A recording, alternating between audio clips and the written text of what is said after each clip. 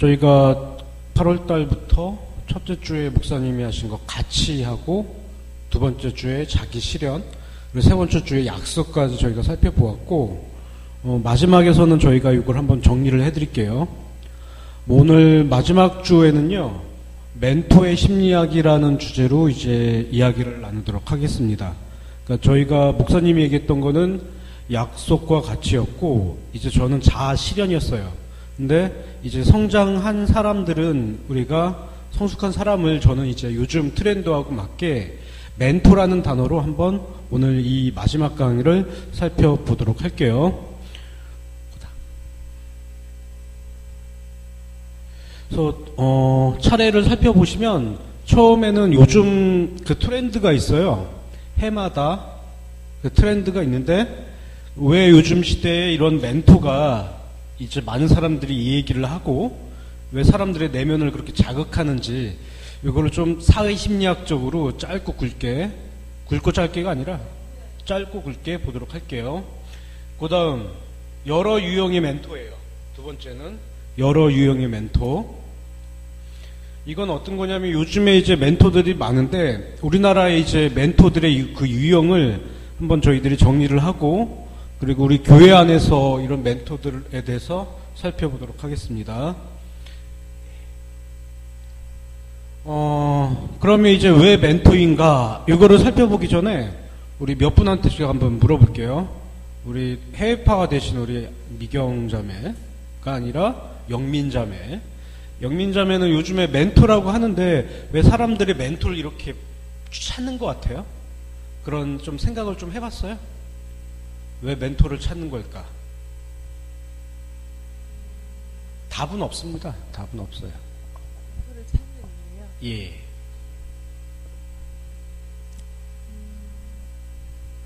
제가 멘토를 찾는 이유는요. 예. 제가 혼자서 해결할 수 없는 일에 대한 조언을 얻기 위함이에요. 네. 저보다 먼저 그 길을 가본 사람들이 있다면 그 길에 대한 조언을 저에게 해줄 수 있으니까, 그런 의미에서 저는 멘토를 찾습니다.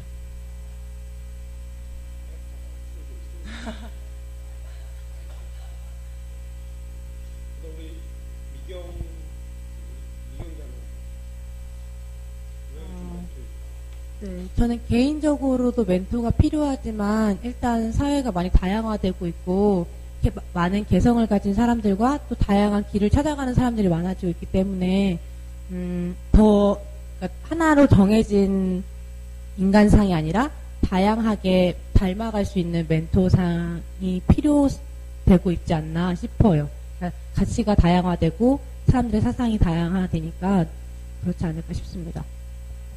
사실 이것에 대한 정답은 없어요. 근데 이제 일반적인 그 패턴에서 본다면 우리 미경하고 영민자매가 얘기한 게 저도 맞다고 생각을 좀 하게 돼요. 근데 이거는 우리나라 지금 현실 속에서 왜 멘토가 필요한지 한번 살펴볼게요. 현재 지친 현실에 대한 쉼이 필요하다고 합니다. 우리나라 너무 치열하죠. 그래서 우리나라 이번에 올림픽에서 5등하면 뭐합니까? 자살률은 뭐 OECD 1, 2위를 다투고 있는데, 그런 경쟁적, 즉 신자유주의적인 이런 경쟁적인 분위기가 이제 사람들을 위로하고 싶은 마음으로 이제 이끌었다고 해요. 그 다음 거 살펴보시면, 그 다음 거. 자, 왜 또한 멘토냐면요, 정신적인 지주가 될 어른이 없어졌어요. 예를 들어서 김대중 대통령이라든가, 그 다음 스님이죠.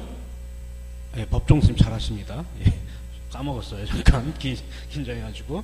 그 다음 이제 김수환 추기경님, 이러한 훌륭한 어른들이 사라지면서 정신적인 지주가 될 어른이 없다는 것 때문에 이제 그런 영향을 미치게 되었고요. 그리고 이제 현 정권 들어오면서 더욱더 이 신자유주의 시대가 심해졌다고 합니다. 그리고 어른에 대한 동경, 그리고 향수의 영향, 내면에 이제 그런 지친 마음을 우리가 의지하고 싶은, 이게 바로 우리나라 그 멘토에 대한 하나의 트렌드로서 이제 멘토가 하나의 문화로서 이렇게 자리 잡게 된 원인이라고 해요. 목사님 여기에 대해서 좀 덧붙이고 싶은 말씀 혹시 있으신가요?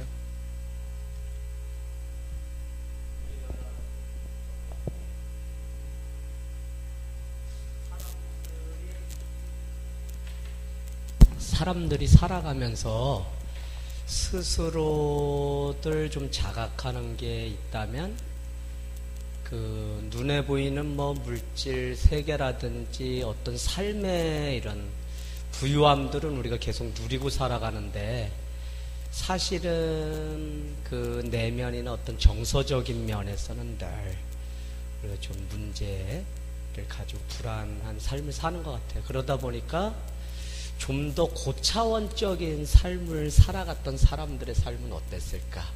이런 호기심?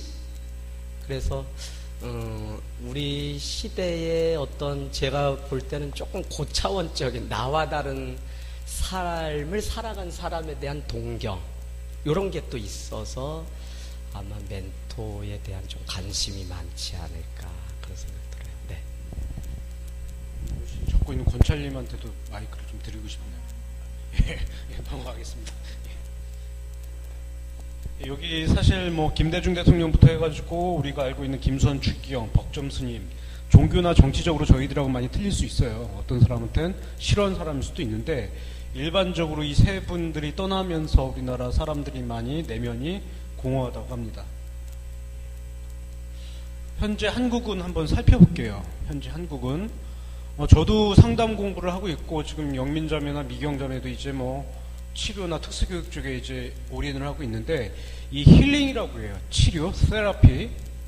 이 치료가 고맙습니다. 격려해 주셔가지고 아마 이 1990년대부터 이 치료라는 말이 많이 이제 얘기를 했어요. 그때부터 이제 대구대학교나 저희 모교에서는 재활복지학과 이런 과가 생기면서 근데 이제 최근에 들어오면서 이게 TV 속에 침투를 하게 됩니다. 힐링의 올인 중 현재 이 프로그램 뭔지 아시죠? 바로 그 월요일날 하는 거 뭐였지 이름이? 힐링 캠프인가요? 예, 힐링 캠프. 힐링 캠프입니다. 뭐 이미 문재인이라든가 박근혜 대통령 후보부터 사회에 안철수까지 내놓으라는 사람 다 여기 와 있어요. 그래서 이런 것들은 우리가 올림픽 5위 속에 숨겨진 불편한 진실이죠. 우리들의 내면은 지금 공허해지고 있다는 얘기예요.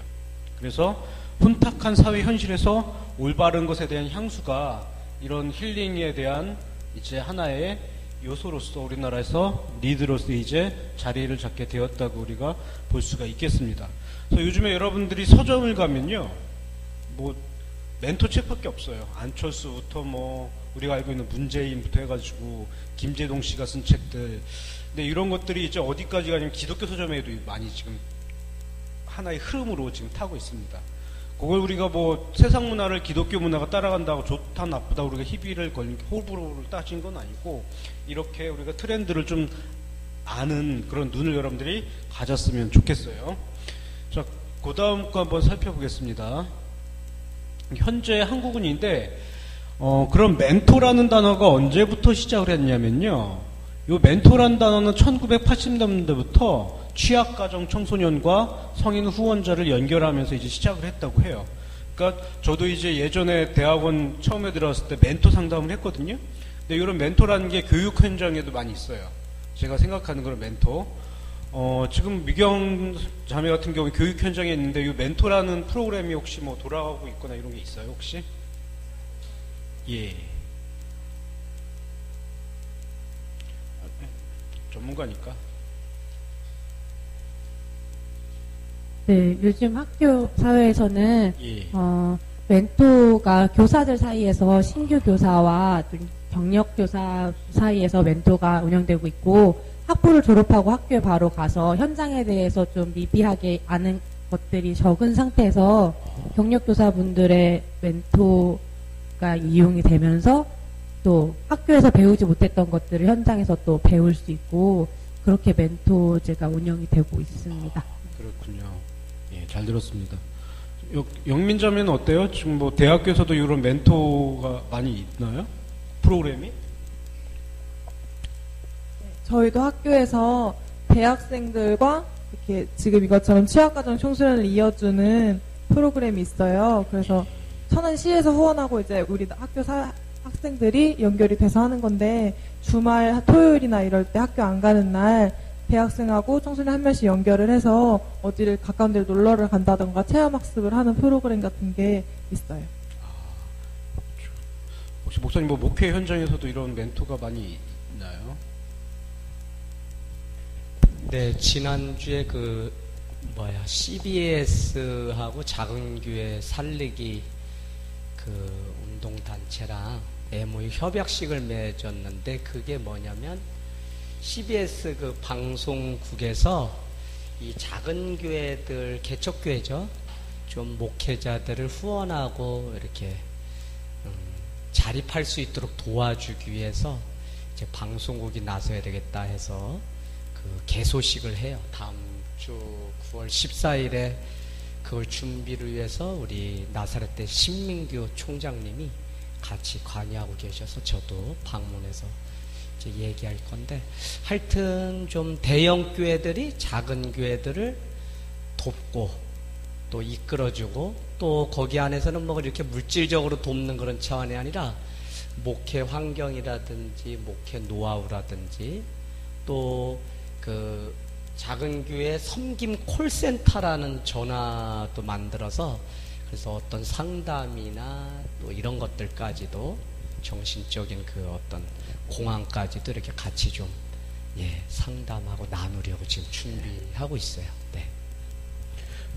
예, 이렇게 멘토라는 단어가 우리들의 의식은 많이 하진 못하지만 언제부터인가 우리 현실의 삶 속에 이제 뿌리가 박은 상태예요. 저도 예전에 이제 천안에서 논문 쓸 때 그 천안 지역아동센터에서 아이들을 상대로 미술치료를 했는데, 그때 모 기업에서 이제 그 회사원들이 와가지고 매주 무슨 요일마다 그 지역 아동센터, 가난한 애들이 많이 오잖아요. 왜 지역 아동센터에 걔들 학습도 살펴보고 뭐 많은 걸 지원해주는 걸 봤어요. 그러니까 요즘에는 이제 기업 윤리가 중요시되면서 이제 멘토 프로그램을 회사에서만 이제 뭐 선후배 간에 이제 하는 게 아니라 지역 아동센터라든가 이렇게 좀, 여기에도 나와 있듯이 취약가정 청소년들을 이제 기업에서도 이제 많이 보탬을 주고 있죠. 이건 시대적 가치가 요즘에는 기업에도 이런 도덕적인 면을 많이 요구하고 있기 때문에 그런 걸로 우리가 볼 수가 있겠습니다. 뭐 사실 뭐 이건희 삼성 회장을 우리가 여기서 뭐 나쁘다 좋다 할 건 아니지만, 그만큼 그분의 그런 그림자에는 뭐 세금이라든가 윤리적인 면이, 도덕적인 면의 결함이 있기 때문에 그렇게 호불호가 나뉘어진 걸 우리가 볼 수가 있겠어요. 그래서 제가 정리를 해드리자면, 이런 멘토라는 단어는 우리가 이제 예전부터 함께 저희들이 왔다는 걸로 우리가 볼 수가 있겠습니다. 여기 있는 뭐 김태원 씨라든가 안철수 씨하고 박경철, 이분들은 뭐 이 두 분은 또 멘토와 멘티로서 서로가 관계가 역전하고 있는 상황이죠. 그 다음 거 한번 살펴볼게요.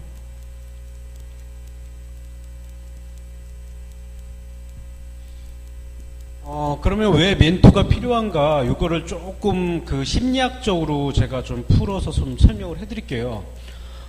다들 아시겠지만 빌 클린턴 대통령 누군지 아시나요? 예, 좀 들어보셨죠? 자, 이분은 누구냐면 케네디라고 해요. 케네디. 이분이 이제 빌 클린턴이고, 빌 클린턴은 아버지가 알코올 중독이었다고 해요. 그래서 여러분들도 이제 나중에 상담을 하실 때 아버지가 알코올 중독자면 그 아이한테 치명적인 영향을 미친다고 합니다. 거의 뭐 한 80-90% 정도는 아이한테 부정적 영향을 미친다고 해요. 참고적으로 알고 계시고, 그런데도 이제 꿈이 있다고 합니다. 대통령에 대한. 우리나라에서도 김영삼 대통령도 예전에 그 자기 책상 위에다가 난 대통령이 될 수 있다 이렇게 목표를 정했다고 해요. 그래서 직접 케네디를 만났고 그 꿈은 이제 현실로 드러났죠. 대통령을 2번이나 재임을 했습니다. 그리고 부인을 아주 훌륭한 분을 만나가지고, 근데 여기에는 우리가 이 빌 클린턴에게 누가 있었습니까? 이 케네디라는 전직 대통령이 있었다는 얘기예요. 제가 지난번에도 설명을 해드렸듯이 반기문 유엔 사무총장도 여기에 왔다고 하죠. 케네디를 만났다고 해요. 멀리서 지켜봤다고 합니다. 문화적 차이상. 그 다음 거. 멘토가 왜 중요한 게 아니면요. 혹시 여러분들 그 자기효능감이라는 단어 들어보셨나요? 들어본 분도 계시고 아마 처음 들어본 분도 계실 거예요. 이거를 좀 제가 설명을 해드릴게요. 자기효능감은 어떤 거냐면 자신의 능력에 대한 믿음이라고 우리가 볼 수가 있겠어요. 즉 우리가 자존감이라고 하면 뭐 자신을 가치 있게 여기는 거죠. 근데 이 자기효능감은 뭐냐면 자신의 능력에 대한 믿음으로써 내가 어떤 일을 할 때 사실 어떤 일을 할 때 내가 능력이 없다고 생각하면 그 일을 하겠어요? 그 일을 하지 못한다는 얘기예요. 그 일을 하지 못하고 좀 더 낮은 수준의 목표를 찾는다는 얘기입니다. 그래서 이 자기 효능감은 그러면 우리가 저절로 형성이 되느냐? 그게 아니란 얘기예요. 어떻게 형성되냐면 언어적 격려가 필요하다는 얘기예요. 그래서 여러분들이 상담을 하실 때 혹은 목회 현장에서 우리가 성도들을 상담할 때 자신의 능력에 대한 믿음이 부족한 분들이 굉장히 많을 수 있거든요. 그때는 격려를 해드리고 조그만 거라도 성취 경험을 이렇게 시켜드리는 게 좋습니다. 성취 경험을 뭐 큰 거부터 하는 게 아니라. 근데 가장 중요한 게 뭐냐면 바로 이 멘토입니다. 즉 자기가 모방할 수 있는 대상이 있으면 마지막으로 이 세 가지가 뭉쳐질 때 나는 할 수 있다. 이러한 이제 능력에 대한 믿음이 형성이 된다고 해요. 그래서 여기 보시면 이 선수가 누군지 아시나요? 예, 배영광이라고는 하지 마시고, 예, 그렇게 하고 싶겠지만, 예, 기성용입니다. 너무 웃으시네요. 자, 기성용, 잘 알고 계시죠? 지금 주가가 많이 올랐죠? 자, 기성용은 그러면 어떤 일이 있었냐면요. 축구 유학을 갔다고 해요. 아마 이 기성용의 아버지가 빵빵하다고 생각을 해요. 아마 빵빵해요. 축구 유학을 가가지고 이제 트레이닝을 받았다고 합니다. 결국엔 유학을 가서 이제 그 훈련을 받은 게 이 기성용에는 하나의 멘토의 경험, 즉 대리학습의 경험이 되었다고 우리가 할 수가 있겠습니다. 이경학 전도사님 혹시 그런 일 있으세요? 이 기성용과 같은 경험? 예를 들어서 뭐 나에게 멘토가 있었는지 아니면 뭐 공부를 하시든가 지금까지 오시면서 혀를 찌르는 질문을 해서 제가 저는 그 아이들하고 이런 꿈에 대한 얘기를 할 때 꼭 초등학교 3학년 때 이야기를 해요. 그 세 가지 언어적 격려와 성취 경험, 멘토 세 가지 중에 제가 자기 효능감을 가질 수 있게 결정적으로 도와주신 그 선생님의 그 언어적인 격려가 있었어요. 그 초등학교 3학년 때 선생님이 저를 좀 사회 과목을 잘한다고, 암기 능력이 뛰어나다고 이렇게 칭찬을 해주셨는데, 제가 살면서 많은 칭찬을 받았지만 유독 그때 그 칭찬이 저에게 많이 남아요. 그래서 그 이후에 진로를 선택할 때도 어떤 문과 진로를 선택하거나 어떤 그 인문학에 대한 것들을 더 깊이 파고 어떤 직업 선택에 많은 영향을 주신 것 같아서 그 어떤 언어적인 격려가 어렸을 때 저에게 큰 영향을 준 것 같습니다. 네. 훌륭한 경험담 얘기를 해주셨어요. 제 경험을 좀 덧붙여 설명을 드리자면요. 저는 중학교 1학년 때 영어 펜팔을 했거든요. 그래서 이제 영어 펜팔로 이제 글을 쓰면서 영어를 쓰면서 영어에 대한 이제 확신이 되는 거예요. 능력에 대한 믿음이. 그래서 그때부터 이제 영어 실력이 너무나 좋아졌어요. 점수도 높았고 제 평균 점수보다. 그래서 학생들이 너는 영어만 잘한다. 너무 솔직하죠, 진행자가. 이런 얘기를 많이 들었습니다. 그래서 이 자기 효능감에는 여러 가지 자기 효능감이 있다고 해요. 직업적 자기 효능감이라든가 이런 것들. 그래서 이제 두 분 자매들 같은 경우에는 심리학, 뭐 언어 치료, 이제 특수교육 쪽이니까 이 자기 효능감을 한번 찾아보시면 여러분들이 나한테 도움이 좀 되실 것 같아요. 우리 미경 자매 같은 경우에는 학교에서 이제 아이들을 이제 상담을 하고 케어를 하다 보면 이런 혹시 상담 경험이 있으신가요? 아이들의 능력이 좀 부족하다고 느낄 때, 자기 효능감이 낮을 때 어떠한 제스처를 취하시나요? 어떤 접근법을?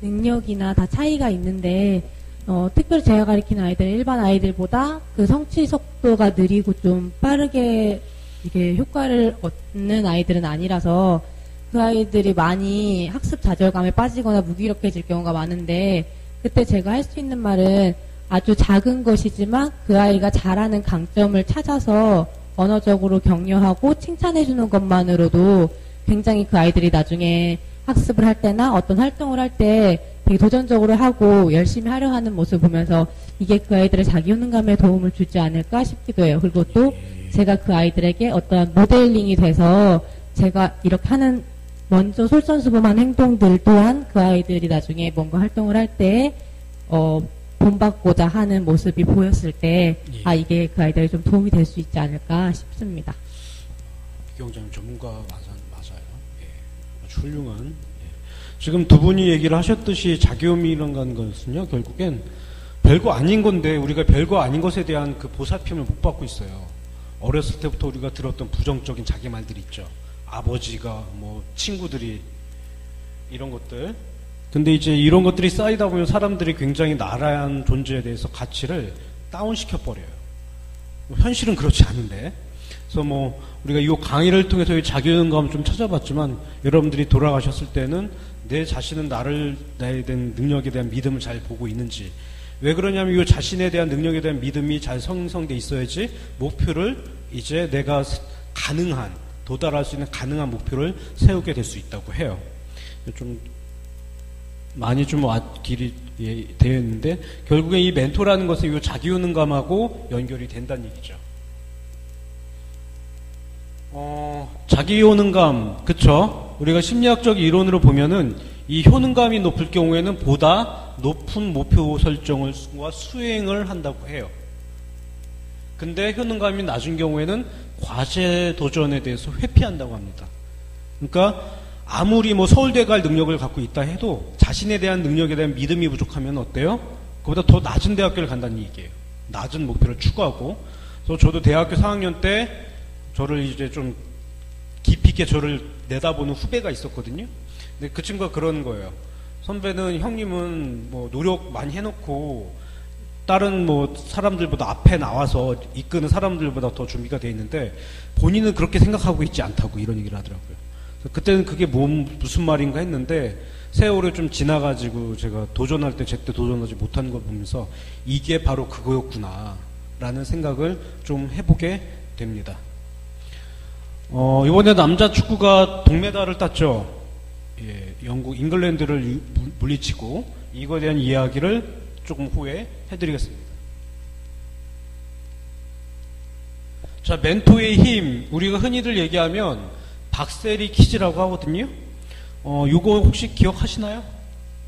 예, 좀 기억하실 만한 세대분들이 지금 박세리 선수가 이때 우리나라가 이제 97년도에 IMF일 때 IM 파이팅을 외치면서 물에 들어가서 날리는 장면이었어요. 그때 이제 박찬호 선수와 함께 우리나라 사람들에게 큰 힘을 주었던 걸로 기억을 합니다.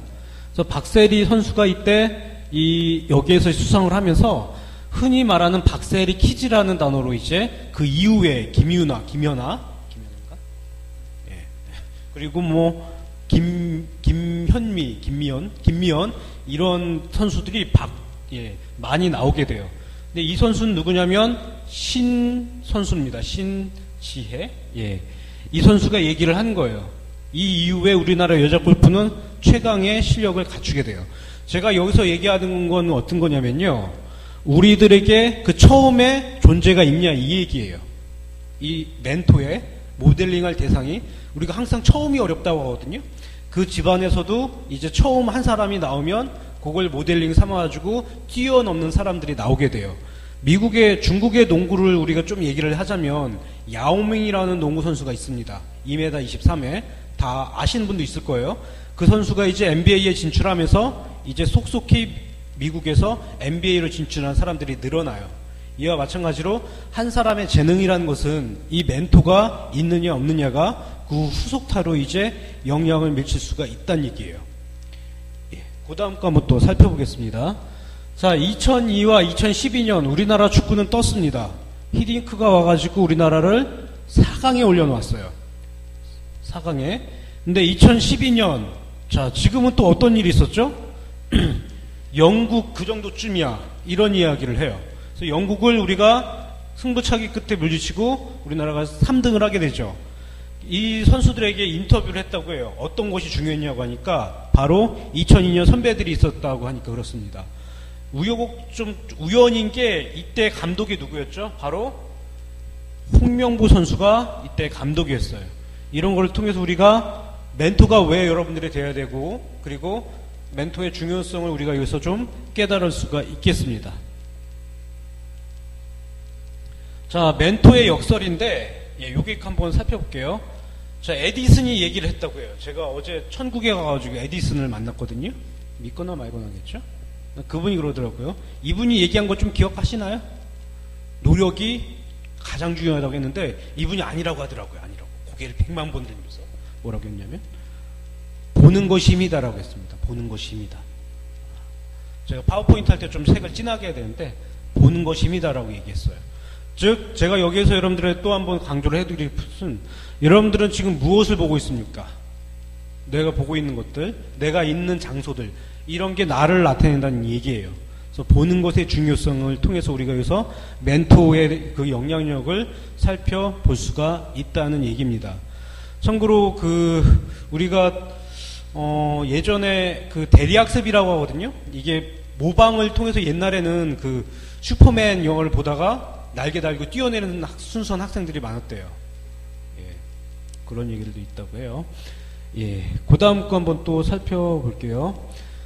자, 여러 유형의 멘토가 우리나라에 있어요. 우리가 알기로는 반기문 유엔 사무총장이죠.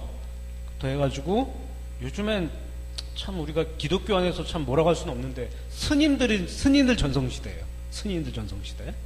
그리고 이제 김제동 씨까지 우리나라에 다양한 유형의 지금 멘토가 있습니다. 그럼 여기에서 뭐를 살펴볼 거냐면 우리나라의 현실과 그리고 성경상에도 이런 멘토와 멘티의 관계가 좀 있다고 해요. 그거를 한번 두루두루 살펴볼게요. 자, 이분이 누구냐면 바로 바울과 디모데입니다. 바울과 디모데. 바울과 디모데는 우리가 신약 성경 전서에도 나와 있죠. 그 관계가 영적인 아들이었다고 해요. 누가? 디모데가 바로 바울에게. 그래서 핍박받는 바울의 모습을 통해서 이 디모데는 예수님을 영접했다고 합니다. 그리고 제자 훈련을 이후에 받게 되고요. 주로 이 바울과 디모데는 서신을 통해 힘을 얻었다고 해요. 그래서 목사님 이 두 사람의 관계에 대해서 좀 설명을 해줄 수 있나요? 네, 바울도 사실은 그 이전에 바울에게 그 바나바라고 하는 멘토가 있어요. 그가 유대인으로서 예수를 믿는 사람들을 핍박하던 자인데 어느 날 호련히 하늘에서 하나님의 음성과 그 빛이 임하면서 새로운 사람이 되었을 때 많은 사람들이 저가 또 믿는 우리 공동체에 와서 죽이려고 할 거다 하고 바울을 아무도 받아주지 않을 때 격려자라고 하는 뜻의 이름을 가진 바나바가 바울은 말씀에도 학식이 있고 가르치는 은사가 있다는 것을 알고 안디옥이라는 공동체 안에 드러났어요. 그러니까 저는 멘토 이거 보면서 결국은 어떤 멘토를 만나느냐에 따라서 한 사람의 인생이 역사라고 하는 그 무대의 주인공으로 올라갈 수 있다는 거예요. 그러면서도 그 멘토는 그 무대 뒤에서 다른 인생을 주연으로 만들고 자기는 조연으로 살아갈 수 있는. 그래서 바울은 주연도 됐지만 이제는 그 디모데라고 하는 또 제자를 삼고 그가 목회자로 세워져서 잘 갈 수 있도록 그를 양육하고 결국은 자기가 이제 조연의 삶을 살아가서 어떻게 보면 바나바, 바울, 디모데를 통해서 오늘날의 이 기독교가 그 정신이 예수신앙, 예수정신이 우리에게까지 올 수 있다고 보죠. 그래서 옥중에서도 계속적으로 디모데라고 하는 그 제자에게 서신서를 통해서 목회자로 어떻게 살아가야 되는지 계속적으로 이렇게 편지를 썼던 게 디모데 전후서죠. 잘 들었습니다. 바울과 디모데 너무나 이제 아름다운 우리가 신약 성경을 보면 많이 나와 있죠. 이 두 분의 관계가 이제 바울과 디모데의 멘토와 멘티 관계를 볼 수가 있겠어요. 이거는 멘토와 멘티라고 할 수는 없는데 제가 좀 예전부터 흠모했었던 관계거든요. 다윗과 요나단 들어보셨나요? 우리 예전에 이제 그 CCM 가수도 CCC 가수 복음성가 가수도 있고 다윗과 요나단은 이제 우정의 관계로 볼 수가 있겠어요. 근데 이제 여러분들은 좀 아시겠지만 아버지의 원수를 사랑했던 것이 바로 요나단입니다. 근데 이제 그 우정 관계를 유지하다가 이제 먼저 요나단이 죽게 돼요. 그래서 이제 죽은 친구의 아들을 보살펴 주었습니다. 다윗이. 신의로서 이렇게 섬겼던 관계, 우리가 우정의 관계. 단순히 뭐 멘토라는 범위가 누구와 누구에게 가르치고 이런 걸 좀 차원을 떠나서 좋은 영향력을 미치는 것만으로도 우리가 멘토의 관계가 될 수 있다고 생각해요.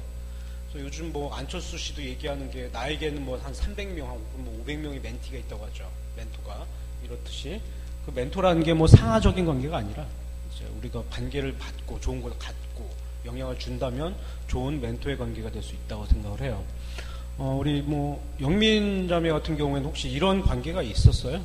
이런 뭐 멘토 멘티뿐만 아니라 친한 친구라고 관계에서 어떤 건 뭐 좋은 경험을 받았던 것들.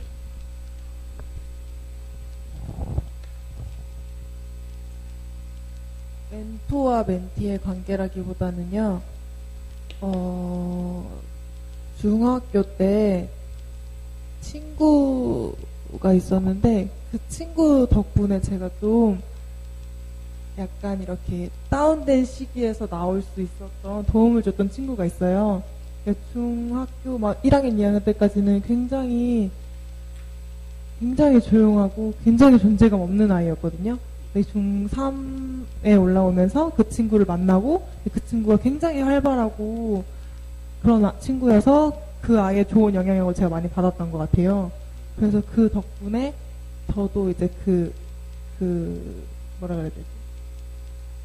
거기서 좀 이렇게 헤어나올 수 있었던 그 친구가 손을 잡아준 덕분에 제가 본래의 제 모습대로 돌아올 수 있었던 계기가 돼서 그 친구한테 되게 고맙게 생각을 하고 있는데 지금은 연락이 안 돼요. 그랬군요. 아주 좋은 추억을 갖고 있습니다. 예. 미경 자매는 뭐 학교에 이제 실제 교사로 있는데 이런 뭐 멘토와 멘티의 경험을 했었던 뭐 선생님들이 계신가요? 저는 일반 학교에 있는 특수교사라서 특별히 학교 내에서 멘토라기보다는 저는 학부 생활할 때 교수님을 되게 사모하고 닮고 싶은 교수님이 있었거든요. 그래서 그 교수님 보면서 내가 현장에 나가더라도 이론만 아는 사람이 아니라 좀 실제적인 걸 많이 알고 또 그 후배들 양성하는데 기여할 수 있는 사람이 됐으면 좋겠다 하면서 교수님을 통해서 제 모습을 더 발견하고 더 업그레이드 시키고자 노력할 수 있었던 것 같아요. 혹시 우리 권철님의 경우에는 이렇게 좀 권철님에게 영향을 미쳤던 뭐 사람이 혹시?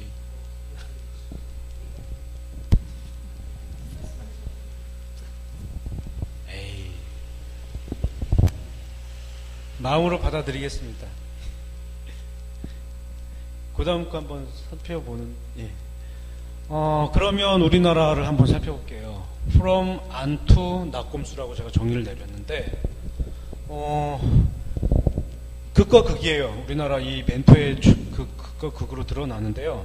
지금, 요 광경은 제가 기억하기로 안철수 씨를 이 박경철 이분이 이제 격려를 해주고 있는데, 이때 이 상황이 어떤 상황이었냐면요.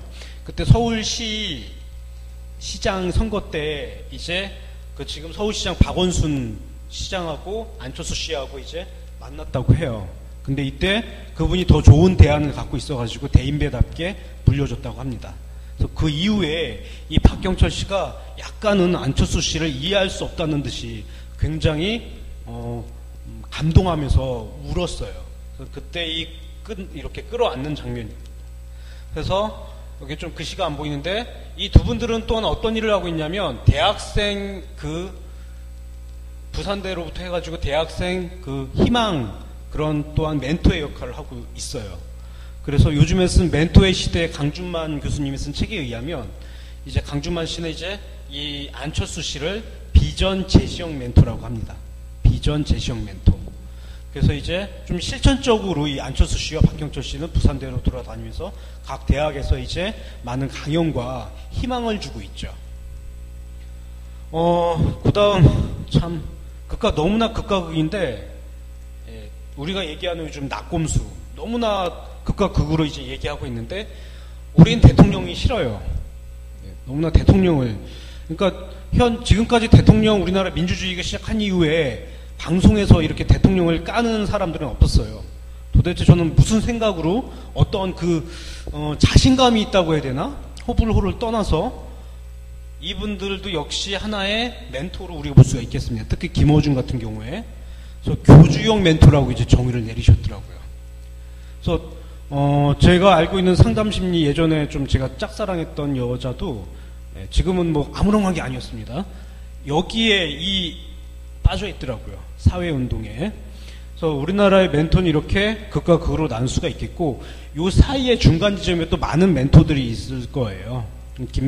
김재동 씨라든가, 진보적인 멘토들이 너무나 많은 게 좀, 저는 단점이라고 좀 생각을 해요. 개인적으로. 좀 보수적인 멘토들도 좀 있어야 되는데, 그래서, 우리나라는 극과 극인 우리 멘토를 제가 한번 제시를 해 보았습니다. 그 다음 거 한번 살펴보겠습니다.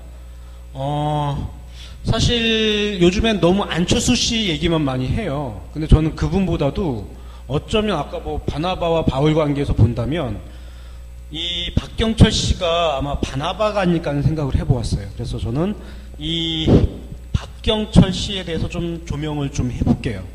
이 박경철 씨는 말 그대로 의사입니다.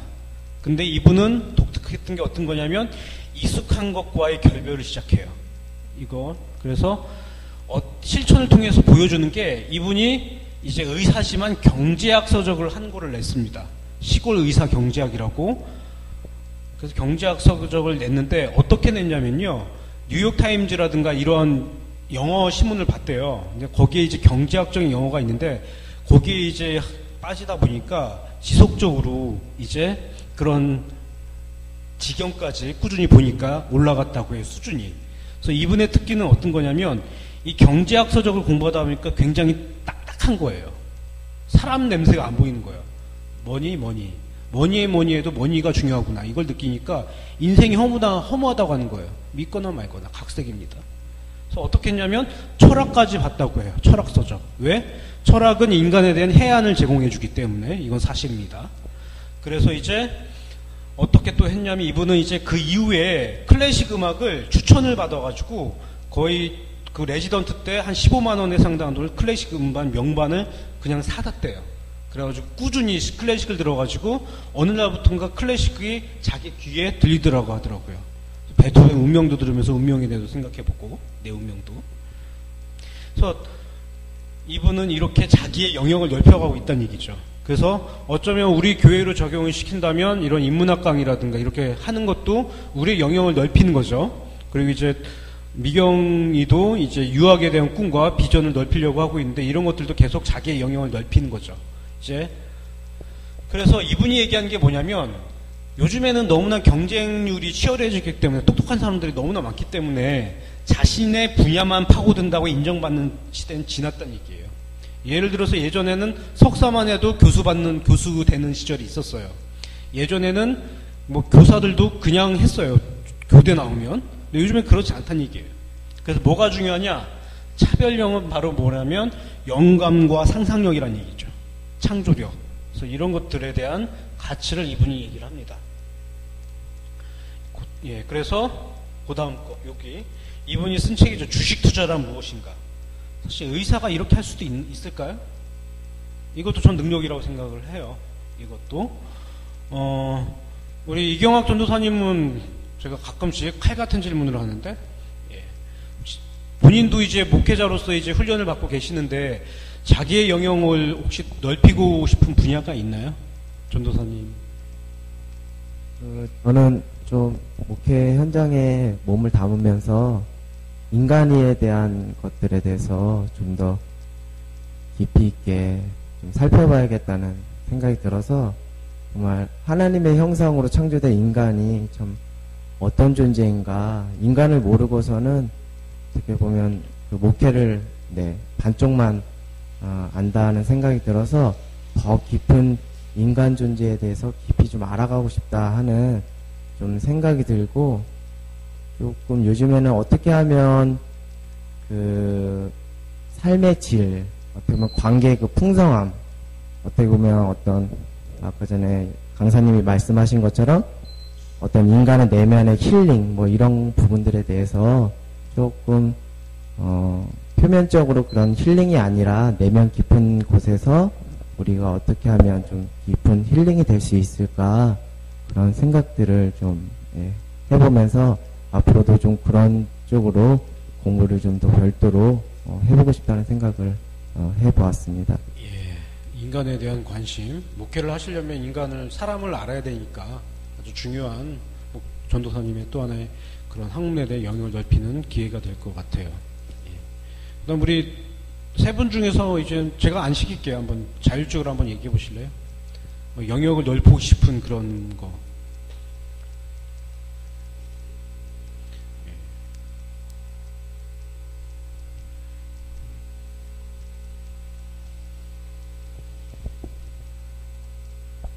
저 역시도 이렇게 인문학 강의를 접하면서 또 느끼게 되는 것처럼 제가 지금 하고 있는 일을 좀 더 총체적이고 또 넓은 관점에서 하기 위해서 이런 인문학이나 철학 같은 쪽으로 더 공부를 하면 더 많이 제 영역을 넓히는 데 도움이 되지 않을까 생각이 들고요. 원래 제가 생각한 부분은 임상심리를 더 공부하고 싶다고 생각은 하고 있었는데 또 이런 걸 접하다 보니까 보는 시야가 더 넓어진 것 같습니다.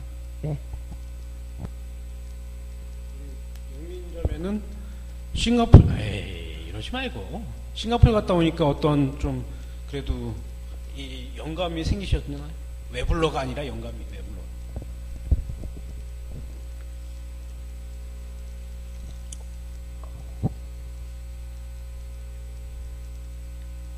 영감이랄 것까지는 없고요. 우선은 새로운 환경에 빠졌다 오니까 일단 생각하는 것 자체가 달라지더라고요. 일단 한국에서 있을 때는 1시간을 그렇게 크게 생각을 안 했는데 거기 가니까 1시간 30분도 너무 아깝고 뭐든지 더 해야 될 것 같고 이런 생각이 많이 들더라고요. 그래서 너무 한국에서는 그냥 너무 익숙한 삶에 빠져서 너무 안일하게 살지 않았나 생각도 많이 들었고요. 그리고 또 원래 이렇게 어디 해외를 가거나 되게 새로운 도전하는 데 대해서 되게 겁이 많았어요. 그래서 이번에 갈 때도 가기 전에 걱정도 엄청 많이 했고 적응도 잘 할까 가서 또 뭔 일 저지르고 오지 않을까 엄청 걱정도 많이 했었는데 막상 그렇게 딱 하고 나 보면은 어려운 것도 없더라고요. 그래서 기회가 된다면 그런 상황에 더 많이 처해보고 싶어요. 새로운 상황에 내가 겪어보지 않은 세상에 한번 빠져도 보고 싶고 그래서 갔다 오고 나서 느낀 거는 내가 그냥 여기에서만 안주할 게 아니라 뭔가 더 새로운 세상에서 살아보고 싶다는 마음도 되게 커졌고요. 그런 두려움 같은 게 되게 많이 사라진 것 같아요. 역시 눈빛이 틀려졌습니다. 눈빛이 되게 맑아졌어요. 좀 세 분이 이제 중요한 말씀을 하셨는데, 사실 요즘 교육학적으로 우리가 얘기하는 하나의 화두가 창조거든요. 창조, 통섭, 융합. 예전에 부전공제도가 있었잖아요. 요즘도 있는데 그게 다 그런 밑바탕의 배경을 좀 두었다고 해요. 낯선 환경에 이렇게 있는 게 여러분들한테 좋은 도전이 될 거라고 이제 생각을 하게 되었습니다.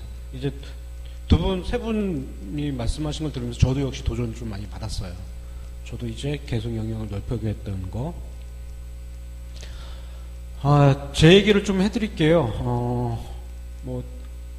제가 이야기를 우리가 다 나눴기 때문에 제 이야기를 좀 많이 아실 텐데, 저는 공고에서 다시 영어학으로 재활심리에서 상담심리 석사 2번, 남다른 좀 이력을 갖고 있습니다.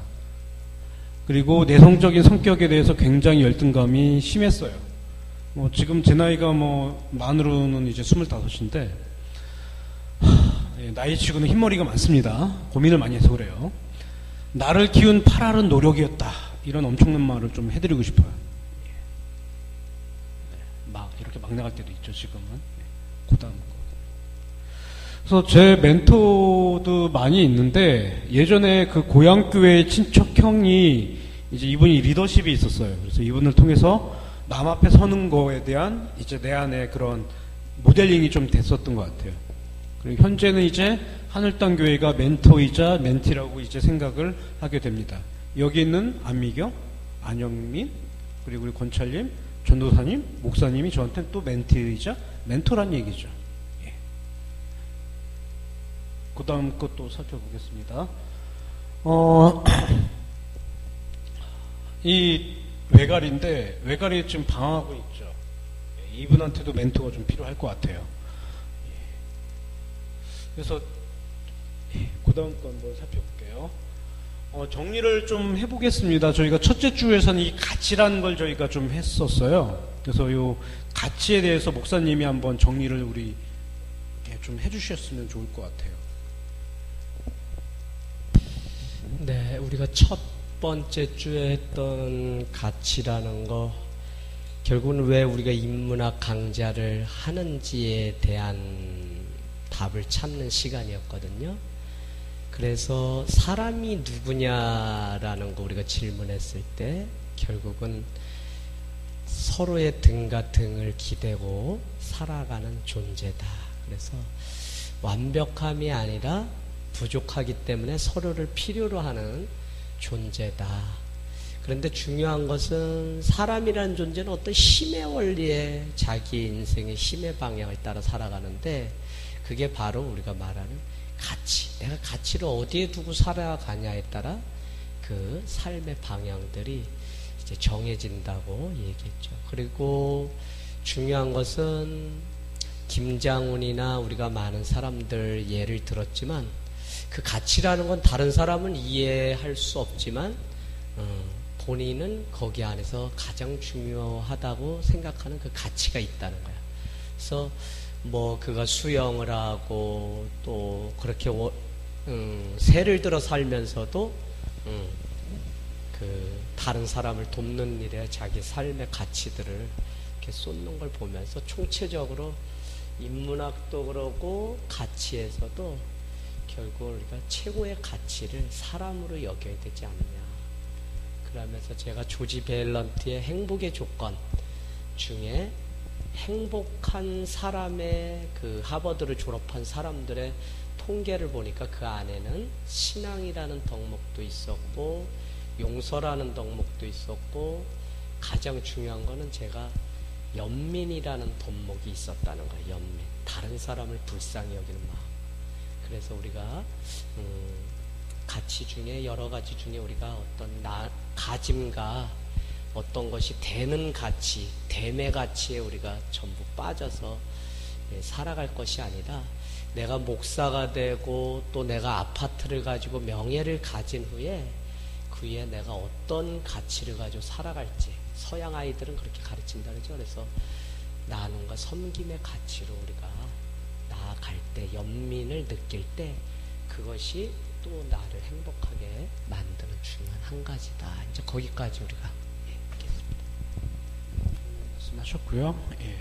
그 다음 둘째 주에는 자아실현이라는 주제로 저희가 이야기를 나눴는데 이 자아실현을 그 매슬로우의 욕구 위기를 통해서 이제 살펴보았고 결국에 이 자아실현한 사람들의 그 성격이 어떤 성격이었냐면 굉장히 자아 개방적이고 그리고 자기 안에서 성격에 있어서 어느 한 곳에 치우친 게 아니라 이제 균형을 유지한다는 걸 우리가 살펴볼 수가 있었어요. 그래서 저는 강조를 했던 게 융의 이론, 심리학자 중 융이 있는데 우리 안에는 여성 안에는 남성적인 부분이 있다고 얘기를 해요. 도전하고 굉장히 좀 터프한. 근데 반대로 남성 안에 여성성이 있다는 얘기죠. 세심하고 잘 삐지고 이런 것들이. 예. 이런 이성적인 성들이 심리학적인 성들이 잘 균형을 이룰 때 우리가 성숙한 사람의 모형으로 볼 수가 있고요. 그리고 이제 지금 떠오르는 사람들 중에 아들러라는 사람이 있는데 이 아들러는 이제 사회적 관심이 높은 사람들, 즉 우리가 옆에 있는 사람한테 떡 하나 더 주고 이제 아이스크림 자기 혼자 안 먹고 말이죠. 좀 찔리네요. 이렇게 줄 수 있는 사람들이 바로 건강한 사람의 전형이라고 우리가 설명을 했습니다. 그 다음에 이제 셋째 주에는 우리 목사님이 제가 이 강의를 못 들었어요. 3분의 2 정도를. 그때 이제 학수료가 있어가지고. 그래서 이 약속에 대한 거를 우리 목사님을 통해 압축적으로 한번 들어보시면. 사람이 성장한다고 할 때 성장이라는 개념이 사실은 인간관계 안에서 우리가 성장을 맛볼 수 있는데 이 약속이라는 게 바로 인간관계 안에서 그래서 어떤 얘기를 했냐면 사실은 우리가 살아가는 이 세상이 약속에 의해서 움직인다는 거죠. 하나의 신호 체계도 결국은 파란 불일 때 건널 수 있고 또 빨간 불일 때 멈춰야 되는, 보이지 않는 이 약속 속에서 우리가 계속 살아간다는 그 얘기했었고요. 저는 지난주에 그냥 약속은 이렇게 얘기하면 좋을 것 같아요. 우리가 조병아 시인의 그 밤의 이야기 27번을 제가 읽고 시작했는데, 고독하다는 건 보이지 않는 곳에 내가 있다는 것이고, 내가 보이지 않는 곳에 내가 있다는 것은 아직 나에게 삶이 남아있다는 거다. 나에게 삶이 남아있다는 것은 아직 나에게 소망이 있다는 거다. 뭐 이렇게 연결되는 시인데, 우리가 약속이라는 것은 아직 이루어지지 않은 것에 대한 기다림이면서 소망이면서 또 이루어질 것을 믿는, 그것이 신앙이든지 믿음까지 내포하고 있는 부분이고, 또 사람과 사람이 살아가면서 그 서로에 대해서 신뢰하고 그것을 지켜가는 것들이 이제 약속이고 성실한 삶인데, 바로 이 약속에 의해서 인간관계나 이런 어떤 성장들을 우리가 경험하고 맛볼 수 있다.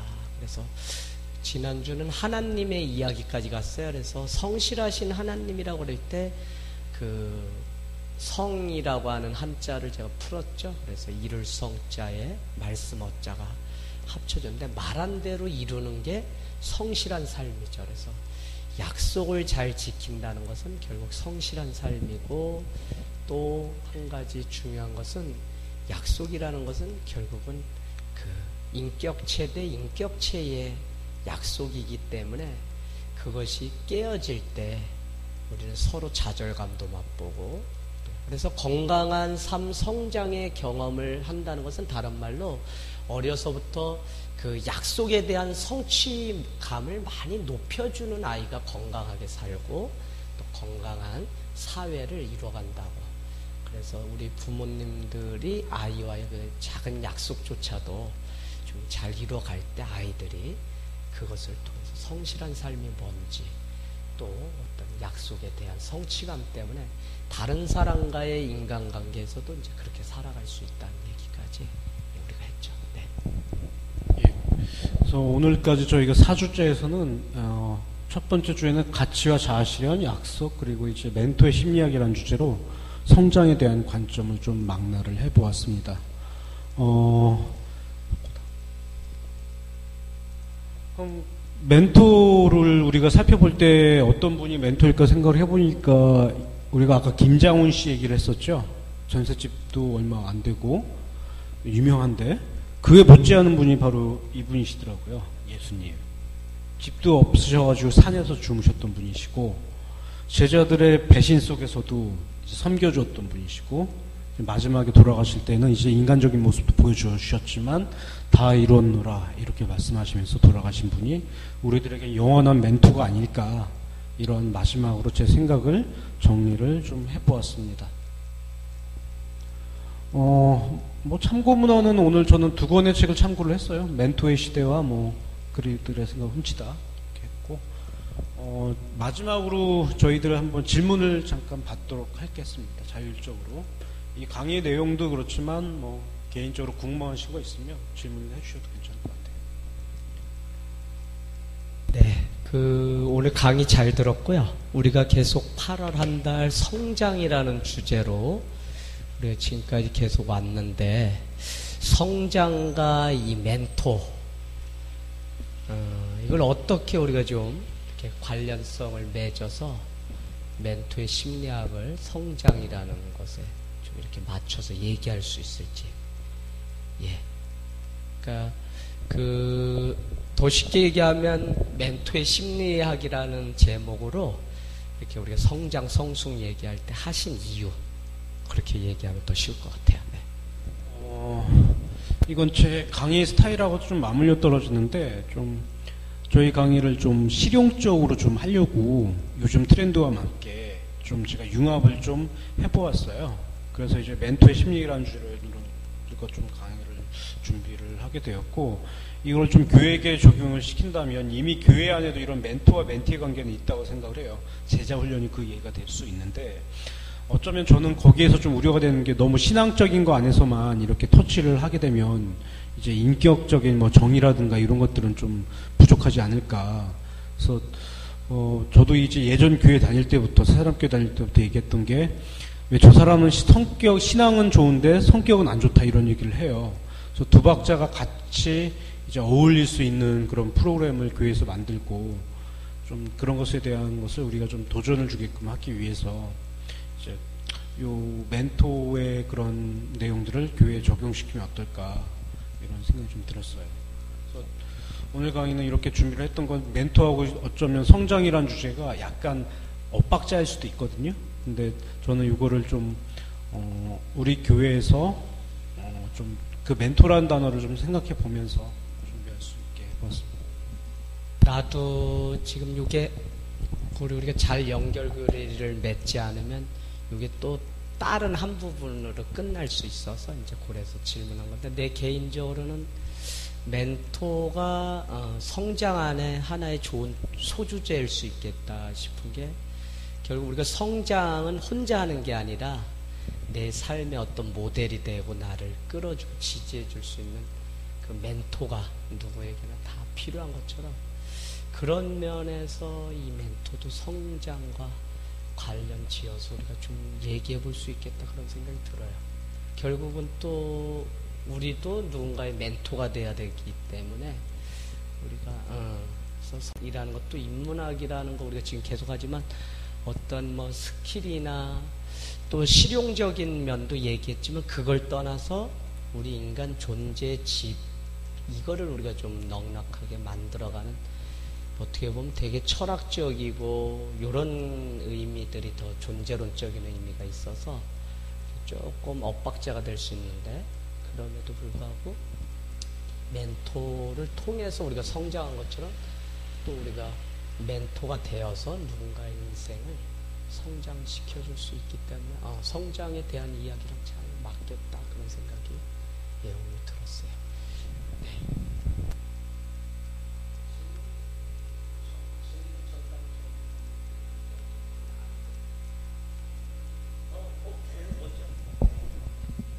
네, 오늘 강사님 너무너무 잘 들었고요. 저도 며칠 전에 어떤 공연에서 사람은 자신을 성장시키는 사람한테 가장 이끌리는 법이라는 말을 들었어요.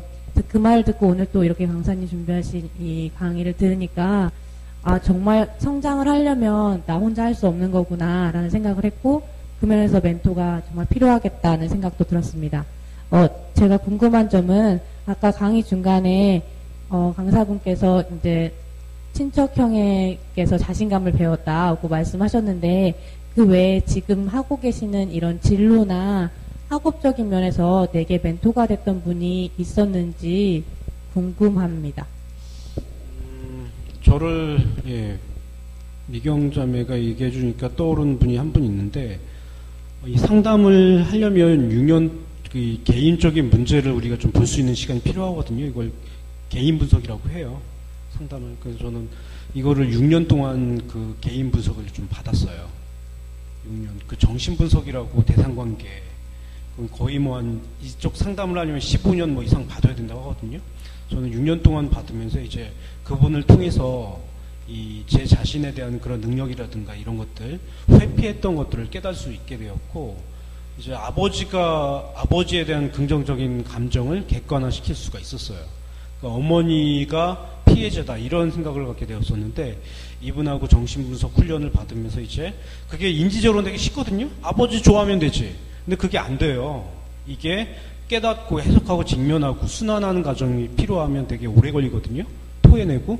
근데 이분이 그걸 다 받아주는 과정을 통해서 제가 좀 성숙할 수가 있었고, 그래서 그분이 저한테 이제 영향을 좀 끼쳤었고, 예전 은사가 또 떠올라요. 이제 이모찬 교수님이시라고. 제가 논문을 한 번 미끄러졌는데 두 번째에서는 통계치가 좋게 안 나왔거든요. 집단미순 치료 돌렸는데 유의 확률이 없게 나온 거예요. 그러니까 이 프로그램을 쓰면은 효과가 없다는 걸로 결론이 나왔는데, 그걸 그대로 갖다 드렸죠. 그러니까 그걸 그대로 갖다 쓰시래요, 교수님이. 그래서 무슨 백 믿고 그렇게 쓰냐고 하니까 네 정직하니까 갖다 쓰라고. 예. 그래서 뭐 미술 치료 프로그램들 다 나온 거 다 좋게 나왔다고 하는데 그거 다 뻥일 수도 있다. 몇 개는 거짓말할 수도 있다는데 넌 정직하니까.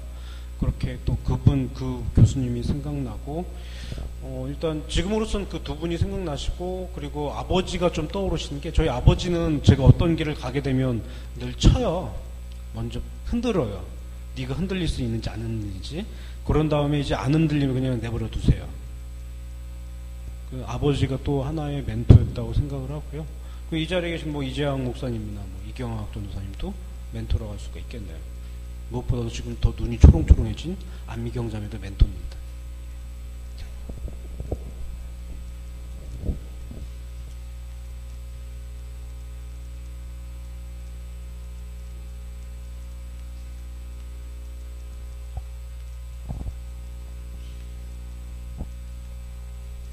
감사합니다.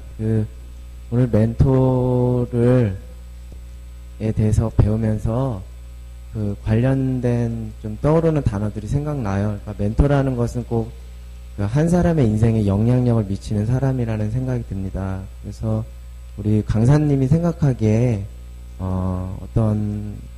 우리가 어떻게 할 때 어떤 사람에게 영향력을 미칠 수 있는지, 영향력을 미칠 수 있는 어떤 결정적인 요인들이 있는지, 그것이 결국 결정적인 요인이 있다는 것은 또 그것을 우리가 또 닮아가야겠다는 것과 동일하겠죠. 그래서 멘토들이 한 사람의 인생을 변화시킨 좋은 영향력을 끼쳤는데, 그 영향력이라는 차원에서 어떻게 사람에게 영향력을 미칠 수 있는지, 그 영향력을 끼치는 좀 결정적인 요인들이 좀 어떤 것이 있을까, 그런 것들을 좀 고민해 보게 되네요. 네.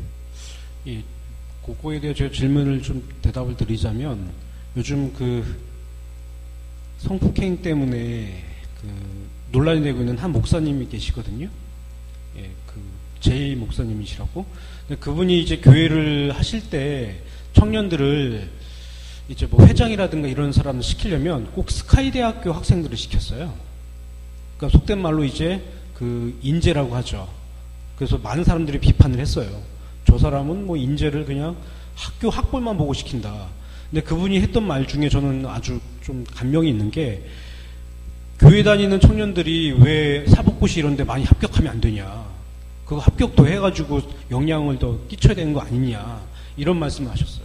그래서 그분이 비록 지금 성폭행 때문에 많이 지금 힘들어하고 있고 부정적인 목사님이시지만, 그분은 저는 그거에 대한 얘기는 옳다고 생각을 해요. 그래서 제가 얘기하고 싶은 것은 결국엔 그런 실력을 먼저 쌓는 게 중요하지 않을까 생각을 해요. 이제 예전에 시골 정서로 얘기하면 우리 친구 아이가 이러면 끝이에요. 그냥 멘토예요. 근데 요즘 시대는 사람들이 이기적으로 변하고, 왜? 사회가 이기적이고 경쟁률로 지금 치닫고 있기 때문에 결국엔 우리가 좀 실력을 향상시키고 이렇게 해야지 말과 행동이 일치하는 거라고 생각을 하거든요. 그래서 이 부분이 좀 인간적으로 따지자면 좀 중요하지 않을까. 네. 요거는 이제 우리가 보여지는 실체에서 할 수 있는 얘기고, 사실은 리더십 내가 전공하고 할 때도 그 안에서도 이 멘토는 리더십 안에 가장 중요한 요소인데, 리더십이나 멘토의 가장 큰 덕목은 뭐냐면, 아까 말했던 선한 영향력을 가지고 일관되게 살아가는 삶이라고 얘기해요. 일관되게 살아가는 삶. 그러니까 우리가 아무나 멘토다, 아무나 리더십 있다고 얘기하는 게 아니라, 그 선한 영향력을 가지고 일관되게 살아간 삶이 있기 때문에 우리가 안철수 씨, 또 어떤 김대중 선생님, 이런 분들을 우리가 추앙하거든요. 그래서 결국은 이 멘토나 또 어떤 리더십이라고 하는 영향력이 그냥 사회가 요구하는 실력이나 스카이, 그거를 우리가 따가지고 그렇게 얘기하는 게 아니라, 아까 우리가 삶 속에서도 아까 실천적으로 실제적으로 너가 이론을 뛰어넘어서 삶 속에서 살아가는 교사가 되라고 얘기했던 그런 분과 같이 정말 삶 속에서 드러난 그 잔잔함이, 그게 일관되게 있어야만 그 사람이 멘토가 되고, 우리 시대를 이끌어갈 수 있는 지도자가 될 수 있어요. 그래서 기독교에서도 아까 얘기하진 않았지만, 그래서 한경직 목사님, 결국은 그분의 삶 때문에 그렇게 지도자가 이제 죽었다 이렇게 얘기하거든요. 그래서 우리가 요 멘토나 어떤 요를 할 때 우리가 행여라도 이제 자칫 잘못해서 빠질 수 있는 게 어떤 실력이라는 게 보여지는 실력으로만 우리가 자꾸 평가하면 결국 우리가 또 사회를 얘기하는 거에 불과하거든요. 그래서 지금 이 시간에는 계속 보여주지 않는 것들, 그래서 존재와 관련된 부분들에 대해서 우리가 생각해 보면 그 중에 하나가 일관되게 살아가는 삶. 그게 참 너무 중요해, 진짜. 그래서 어느 날 이렇게 딱 하고 어느 날 그렇지 않으면 우리가 그 사람에 대한 신뢰성이 깨지는 거 똑같아. 멘토도 아무나 내 스스로 멘토라 그래서 멘토가 되는 게 아니거든요. 그 사람이 걸어간 삶.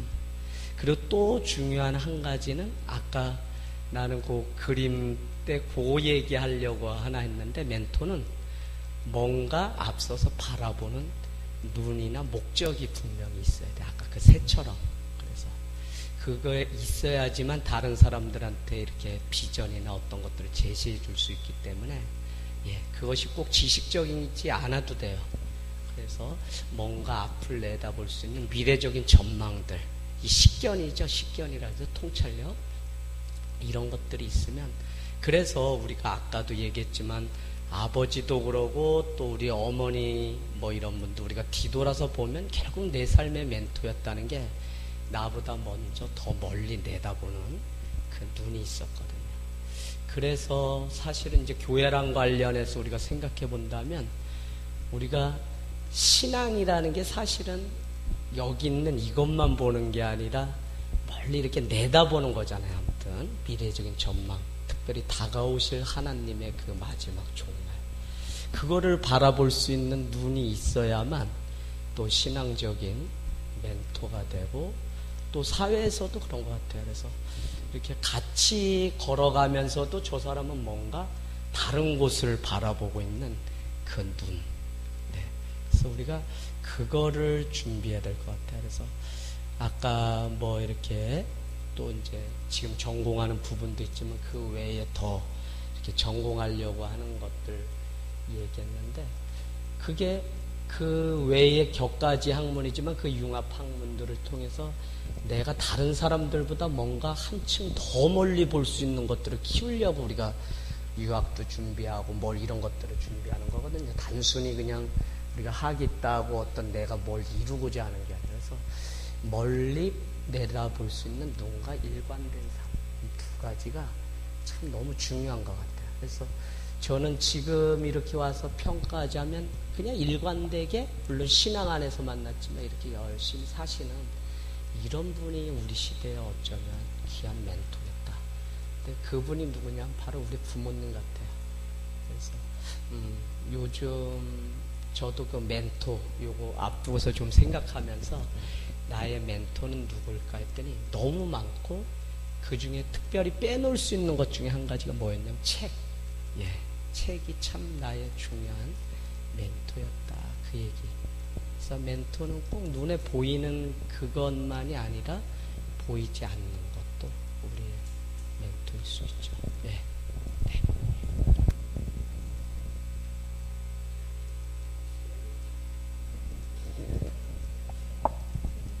멘토에 대한 강의 너무 잘 들었고요.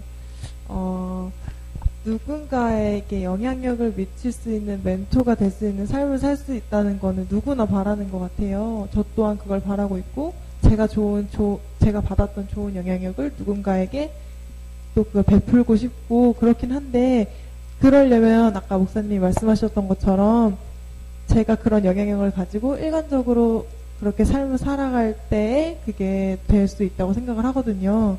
근데 지금 이 시대 청소년들도 그렇고 저는 아직도 물론 그렇고 굉장히 흔들리는 때가 많은 것 같아요. 일관적인 딱 이렇게 잣대를 가지고 세상을 바라보고 산다는 게 그게 진짜 쉬운 일은 아닌 것 같아요. 그래서 또 멘토들이 훌륭하다고 저희가 추앙하는 이유기도 하고, 네, 이렇게 가끔 흔들리는 이렇게 불안한 시기에 있는 사람들에게 조언 같은 걸 해주실 수 있다면 해주셨으면 좋겠어요. 저한테도 그게 되게 큰 힘이 될 것 같고. 지금 안영민 자매가 너무 중요한 거를 또 얘기를 해주셨는데, 저는 그거에 대한 걸 얘기를 해드리는 게 가치라고 생각해요. 우리 목사님이 첫째 주에 이제 얘기를 하셨던 가치. 그 가치라는 것은 결국엔 자기가 그 가치 때문에 삶을 사는 원동력이 되거든요. 아까도 일관성이라고 얘기했는데, 그 가치가 생겨 있으면 누가 뭐라고 해도 그냥 가게 돼요. 요즘 시대에는 이제 답이 없는 시대이기 때문에 어떤 것이든 답이 없다는 얘기예요. 근데 반면에 역으로 살펴본다면 자기가 추구하고 있는 게 역으로 그게 답이 될 수가 있다고 하거든요. 그 답을 찾았으면 이 가치관을 심어주는 게 너무나 우리가 필요할 것 같다는 생각을 이제 첫째 주에 제가 들으면서 깨달았어요. 그래서 이제 교육자로서, 목회자로서 이제 나중에 나가시면 뭐 임상자로서 이제 있을 때 우리가 우리의 가치가 무엇인지 먼저 생각을 해보고, 그 친구들에게 굉장히 좀 어려운 질문이에요. 제가 이게 해결책을 드리는 것도. 그 가치를 먼저 찾는 게 먼저가 아닐까. 그 가치에 따라서 직업이 달라지고, 그 가치에 따라서 이제 자기가 갈 수 있는 그런 진로가 또 틀려지고, 위치가 또 틀려지거든요. 돈이 먼저인지, 명예가 먼저인지, 쉽게 얘기하자면, 아니면 신앙이 먼저인지. 예를 들어 지금 여러분들 같은 경우에는 지금 신앙에 대한 가치가 있기 때문에 여기 와 있는 거잖아요.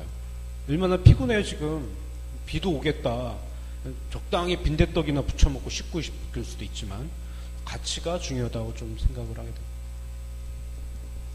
네, 나는 오늘 저기 영민이 그 질문이 참 너무 중요한데, 인문학 강좌를 그래서 우리가 이제 한다고 얘기하고 싶어요. 개인적인 고민이 뭐였냐면, 사람이 신앙 안에서 어떤 단계를 통해서 이렇게 과학적인 데이터로 변화되는 게 보이면 참 뭐 이렇게 어떤 결과치를 내기가 쉬운데, 사람의 변화라는 건 너무 다양하고, 특별히 신앙 안에서 사람이라는 건 신의 임재가 있으면 하루아침에도 바뀔 수 있는 부분이라 너무 이렇게 어떤 수치를 매길 수가 없어요. 그런데 더 재밌는 건 뭐냐면, 아까 말한 것처럼 사람이 흔들린다는 거예요. 흔들린다는 거. 그래서 신앙 안에서도 그냥 건강한 신앙이면 건강한 삶이 가능하다고 했는데, 안 되는 거예요. 또 건강한, 그래서 이제 깨달은 게, 건강한 삶이 또 있어요. 건강한 신앙도 가능하다.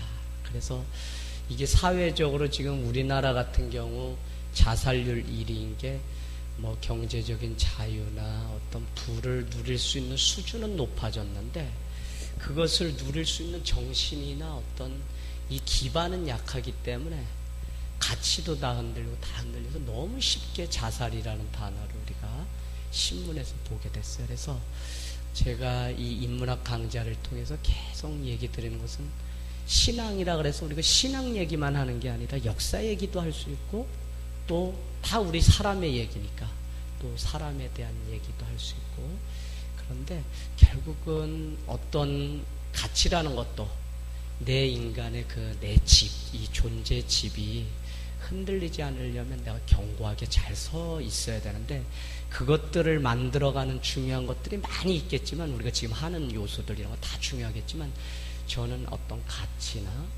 또 자기 존재에 대한 분명한 어떤 철학이나 목적이 있으면 바뀌지 않아요. 오늘날 이 교회가 왜 바뀌냐면, 사실은 다 시작은 선한 의도와 선한 목적 가지고 하는데 나중에 바뀐다는 거예요. 그래서 사람들이 보면 바뀔 건데 뭐 이렇게 시선을 다 그렇게 보고 이제 이렇게 서로 믿지를 못하는 거죠. 근데 저는 안 바뀐다고 얘기하는 분명한 게 뭐냐면, 바로 어떤 정신과 어떤 철학을 가지고 이 교회가 시작되고 내 삶이 살아갔느냐, 그것만 분명하면 우리가 조금의 창의적인 변화는 있을 수 있지만 바뀌지 않아요. 근데 우리는 내 삶의 이 인간 존재 집이 처음부터 어떻게 살아가야 될지 이런 게 없이 살아가기 때문에 환경에 따라 계속 우리가 변화되고 바뀌고 또 퇴보하기도 하고 이런 것 같아요. 그래서 저는 우리 인간이 살아가면서 그 중요한 것 중에 하나가, 역사를 우리가 볼 수 있는 문, 이미 살아간 선조들의 삶을 우리가 보기 시작하면 앞으로 다가올 시대가 어떻게 열릴지 보이거든요. 그래서 이런 통찰력들을 이 인문학을 통해서 보기 시작하면 자기의 존재 집이 더 안정적으로 이렇게 지어지면 그 불안도 좀, 이건 제 경험이에요. 뭐 개척하고 하다 보면 뭐 이렇게 사람 관계니까 또 뭐 신뢰가 깨지기도 하고 이렇게 저렇게 또 뭐 떠나는 사람도 있고, 그런데 사람들은 뭐 이렇게 불안하지 않냐 뭐 하지 않냐 그런데 그냥 제 자신을 보면 조금의 영향은 있어도 그냥 늘 한 길 가던 길을 그냥 쭉 나는 계속 가는 거야. 근데 그걸 통해서 뭘 느끼냐면 그거를 또 인정해주고 또 다시 만나기도 하고 또 이런 것들. 그래서 목회는 사실 제가 볼 때 가장 어려운 게 제가 자기 자리를 지키는 거다. 그리고 그 얘기는 사실은 나를 지키는 일이죠. 그러니까 그 얘기가 내가 흔들리지 않으려고 늘 세워져 있는 게 이 일이 가장 어려운데, 그 일을 위해서 우리가 인문학적인 이 소양들이 갖춰져 있으면 어떤 우리가 꿈을 가지고 도전하는데도 더 풍성해질 수 있을 것 같아요. 그래서 저도 책을 신학책 반 읽는다면 시집부터 해가지고 인문학적 책들 우리 집에 가면 늘 반반씩 사가지고 내가 읽을 거야. 근데 나는 앞으로 공부를 더 만약에 하고 싶은 게 뭐냐 그러면 뭐 사랑과 관련된 학문들 이제 많이 있지만 그거 외에도 좀 그 역사학을 공부하고 싶다 그럴까요? 그리고 사람을 둘러싸고 있는 문화, 그래서 문화인류학 이런 것들 좀 공부하고 싶은 생각이 들더라고요. 네.